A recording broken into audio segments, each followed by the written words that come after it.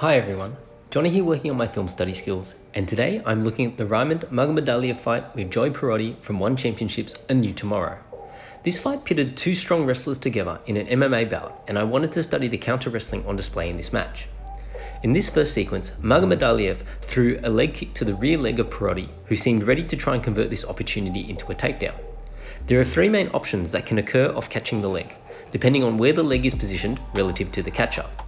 Generally speaking, the leg can either be outside both legs, inside both legs, or between the legs of the catcher.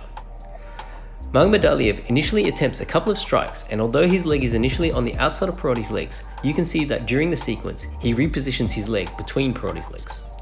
Combining this with his right arm under the chin, Magomedaliev's goal is to create separation between his leg and Pierotti's chest, and Pierotti's objective is to run the pipe and secure the takedown. Unable to generate enough pressure to run the pipe, Pierotti switches to chasing the double leg, and Magomedaliev immediately looks to pummel his left arm inside to counter the elevation required to finish the takedown. In this next set of sequences, we get to see some really high-level dilemmas coming into play. Being in an even over-under position, Pierotti backs off his head pressure and attempts to pummel his right hand back inside to secure double underhooks. Whilst trying to create space to pummel his arm back inside, Magomedaliev lands a beautiful knee whilst keeping Pierotti's pummel arm tied up. This next sequence shows another counter to the over-under position.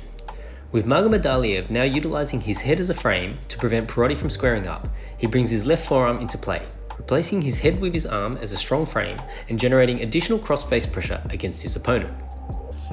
By doing so, Magomedaliev has given up the double underhook position, however has created a dilemma for Pierotti in doing so. To remove the frame, Pierotti must now commit his right arm to fighting the frame, opening him up to the same knee he felt just moments before when his arm was tied up. Alternatively, defending against the knee now allows Magomedaliev to utilize his frame to create space and land vicious elbows. Let me leave you with a couple more examples of this same dilemma being played out, and if you haven't already seen this fight, please make sure you check it out and come back and let me know if you managed to identify the counters and dilemmas that occurred in this fight.